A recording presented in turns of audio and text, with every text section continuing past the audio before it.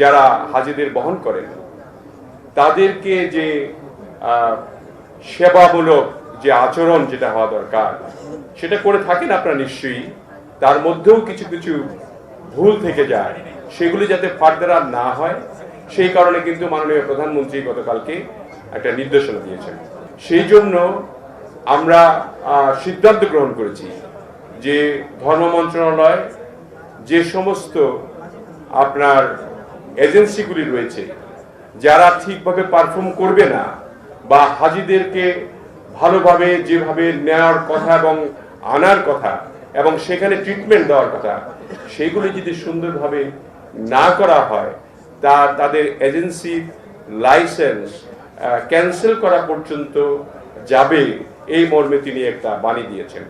এটার অর্থ হলো আমরা যাতে সমস্ত এই ভঙ্গুর রাষ্ট্রকে প্রত্যেকটি জায়গায় আমরা ঠিক করে আনতে পারি।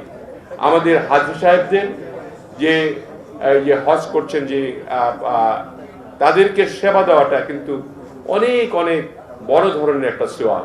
আমরা মনে করি তাদের সেবা দিতে পারলে আমরা আল্লাহর কাছে অনেক অনেক সওয়াব অর্জন করতে পারবো। এবার টিকিটের দাম কিন্তু 1,55,000 বা 56,000 54,000 টাকা। এই যে 1,54,000 টাকা গতবারেও ছিল আপনার 1,67,000 টাকা। সো আমরা 12,000 টাকা কমাতে সক্ষম হয়েছি। আমরা আশ্বস্ত করছি এজেন্সিদের আমরা যে এবং হাজিদের আমরা আগামীবারে একদম আমরা আরো অনেক অনেক কমিয়ে, যাতে করে বিমানের শুধুমাত্র যাওয়ার জন্য সওয়াবের জন্য যে খরচটা হয় সেই খরচ রেখেই নির্ধারণ করতে পারি আমরা টিকিটটা। সেই সিদ্ধান্ত গ্রহণ করেছি, অন্তপক্ষে আরো 20,000 টাকার মতো আমরা কমাতে পারবো।